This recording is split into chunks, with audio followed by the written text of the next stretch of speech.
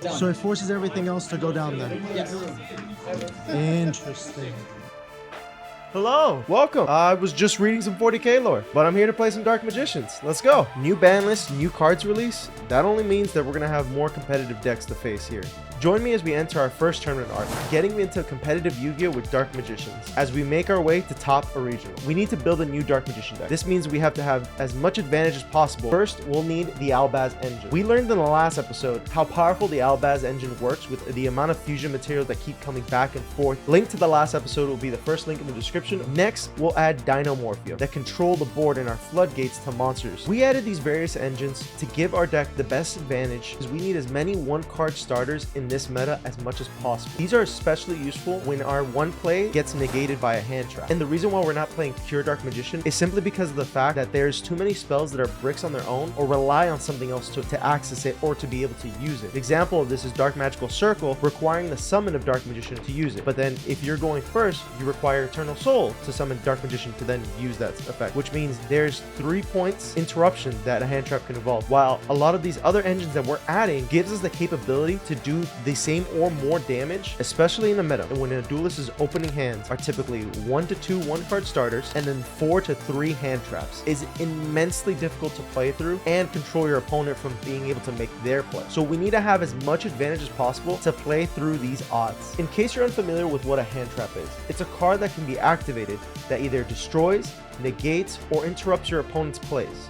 I had learned an important lesson after I had faced my first tier 0 duelist. The game had gone 1 win, 2 loss, which after the match I asked him, how do I get into competitive Yu-Gi-Oh with my Dark Magician? His response was, you need to play with the most advantages possible. That means you have to play the meta decks, the meta card, and have the best chance at playing against them. Playing Dark Magician, you're playing at a disadvantage. Then, why am I playing Dark Magician if I'm just trying to win? My goal is to top a regional with my Dark Magician deck. I have a self-imposed rule where my Dark Magician has to be the largest percentage of the archetype in my deck. I may have a disadvantage, but it's a weakness I believe I can make into a strength. After weeks of practice, learning card effects, learning interactions, collecting staples, me and my friends are finally ready to enter our first tournament together. My friends' decks were hectic. Episode 1, the Albaz deck. Also someone from the last episode is Michael. Michael is running an adapted version of Sacred Beast with Eldritch. And last but not least is Orlando, who's running his pure version of Eldritch. And then there's me. New cards added to my Dark Magician deck that does remind me a little bit of the friends from before. Although they're added for the structure and the power of the deck, they're cards given from friends. And I know this seems cliche and everything, and it's all from the anime, but believe me, there is a little bit of magic to it, and I'm thankful. If you liked the video so far, please remember to like, subscribe, and hit the bell notification. Me and my friends readied our decks for writing our names, entering the gauntlet that is competitive Yu-Gi-Oh! Our first opponent into the tourney is Tri-Brigade. Can we power through this Tri-Beast matchup? Sure. Okay. With Illusion of Chaos? Yeah, my friend. It lets me add a Dark Magician monster from deck to hand that's not ritual to mice. Yep. Yep. I'll let you cut after all the searching is fine, or you want to cut now? Alright, sweet. And then I have to put 1 card from my hand on the top of the deck. Put you back. I will activate Branded Opening. Discard 1 card. You. And then I get summon or add to hand. And just be a monster. I'll summon Luber. And then Luber add Branded. Next, Branded Fusion. Albaz. Dark Magician. Rebellion. Rebellion's effect. I'll discard Tamias.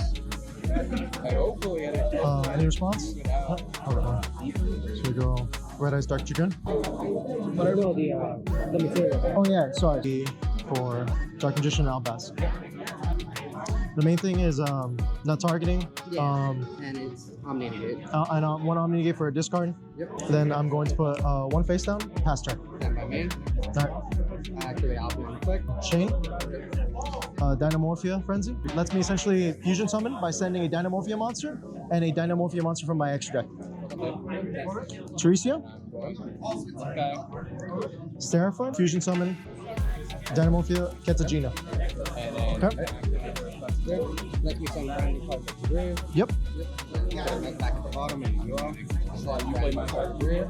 This is okay. I have to pay half my life points to use this trap card. Just and chain. So Katsujina, I pay half my life points to copy a trap Dynamorphia from in my graveyard. So I'll pay cost minus 2,000. Yep. And so its effect now becomes Frenzy, Teresium. To fusion summon Rex turn. So end phase, draw. So I will activate Red Eyes Dark Dragoon to pop. You lose, I believe, the attack to your life points. I lose the attack. Yeah. Pretty sure I get to change. Enter battle. So swing. All right. Yeah. Best of luck, guys. So who's going first or second? All right, cool. Pop off, King.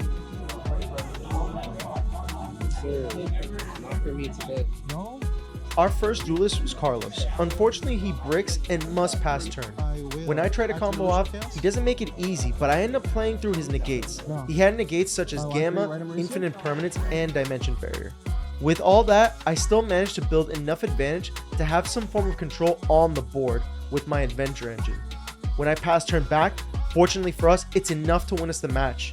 After this duel, me and Carlos kind of caught up. After bonding a bit about Tri-Brigade strategies, we ended up becoming friends. The guy's actually pretty sweet, and I look forward to dueling him again soon. And now we go off to round 2. Round 2 is against Alex, piloting his Dragon Link deck. He's nothing less than a joy to duel against, as he answered all my pesky newbie questions about his monsters, as well also shared some laughs here and there. But his kind persona would mislead you on the type of energy of a deck he plays.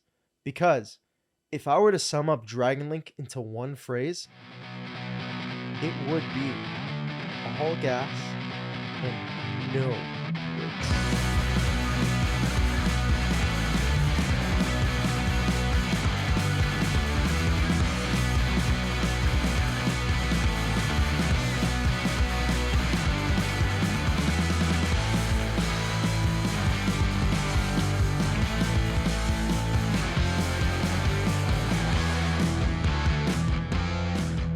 With his board built with tons of negates and in forms of interruption with IP Masquerena, I try and make my plays to see how far I can go. Since I control no monsters, I special summon Wandering Griffin. So you're activating the button. Yes.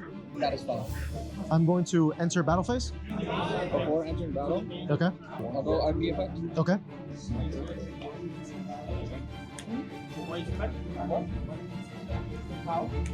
Apollosa, a powerful link monster which gains 800 attack for every material sent. She also loses 800 attack for every negate she does. So she has 2400 attack. Every time she negates, she loses 800. So my strategy here is to drop her attack enough to destroy her. This only activates your places. Okay. In that case, let me add.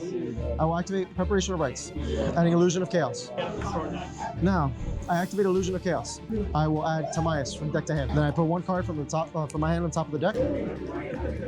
I'll activate Small World. I reveal Illusion of Chaos. Yeah. Reveal Joel and Lockburn. They're both spellcasters. Add Dynamorphia Teresium. They have the same defense type. So these will be banished face down. I will normal summon Teresium. It allows me to set a Dynamorphia trap from deck to hand. Negate Tamias. Tribute a spellcaster or a Dark Magician spell, and I can special summon him. It just negates. Yes. Negate? Okay. Negate the other.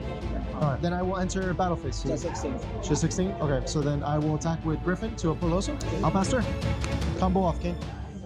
So we end turn 2 in a very poor state as he played 2 negates. I made a misplay where instead of going for Dynamorphia Teresia, I should have gone for Water Enchantress. As I already had Griffin in the field, I could have activated her effect in the grave by discarding her via Tamias, which would have helped me go into boss monster Red Eyes Dark Dragoon or even into a Dragon Crown. Well,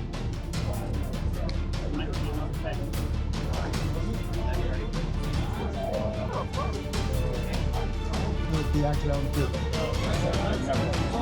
Yeah. banish 3 rays to monster room. Yep.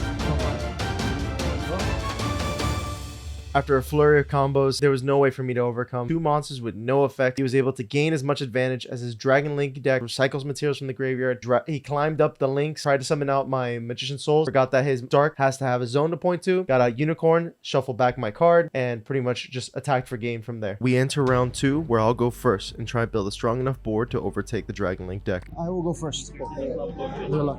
Yeah. Water Enchantress. Random Mauricio from deck to hand. Yeah, I'll let you know. Random Mauricio. Yeah, even better. Alright, then summon Adventure token, bring out Faithful Adventure. Yeah, it does it at the same time, yes. Next, I will activate Preparation of Rites. Fusion of Chaos from deck to hand. Magician Souls. Put one back. And next, I activate Magician Souls. Sending. Dark Magician. Special Summoning Souls. Alright. Faithful Adventure. Adding the Equip spell from deck to hand. Activate Faithful. Griffin. Discard. Activate Graveyard. Alright. Activate Griffin in hand. To summon Griffin. Alright. I will activate Branded Fusion. Setting Dark Magician. Albaz from deck to grave to special. Lebellion. Lebellion's effect. Discard. That's fine. Alright. A fusion summon. Shuffling back. Yeah. Dark Magician and Albaz to bring out Dragon Crown. What do I want? Activate Magician Souls. Activate Magician Souls. Sending to draw 2. Set 1. And pass turn. I will chain. Negate with Griffin Rider. Chain 1, so chain 1, chain 2, and chain 3. That's fine. Right. So, and that gets destroyed. Shuffle back. Right. Go ahead. Something to battle? I will chain. Okay. Okay. Teresa, pay a half again to copy a effect from the grave. Of Chopper? Of Chopper. Okay. And then her effect becomes that. Teresa, to bring out Dino Rex Churro. Yeah. Content to battle? Go ahead. In the battle phase? Go ahead. Only one, so. Everything goes but the token. Huh? Everything goes but the token. But the token? Yeah, token is forced to stay on field. Really? Yes. Why is that? What's the what? You can't be banished. Can't be banished face down. Can't banish face down. So it forces everything else to go down then. Yes. Interesting. I didn't know that's how that worked. Okay. I learned something new. All You right. could banish them as cost, like for snow, but they can't be like they can't be stored face down, stuff like that. Okay. They're banished face down. Banished face down? Yes. Oh, I didn't. Oh, my bad. All right. EP2. Yeah, go for it. Okay. Go ahead.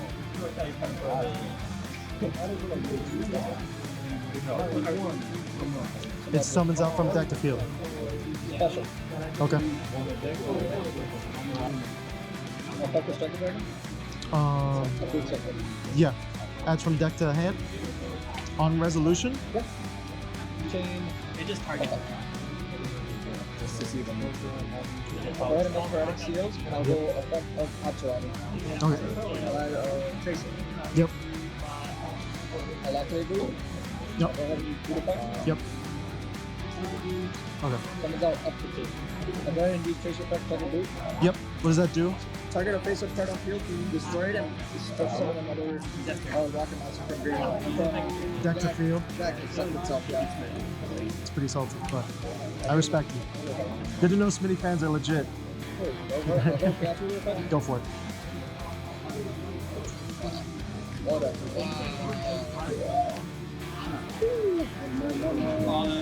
That's Yeah.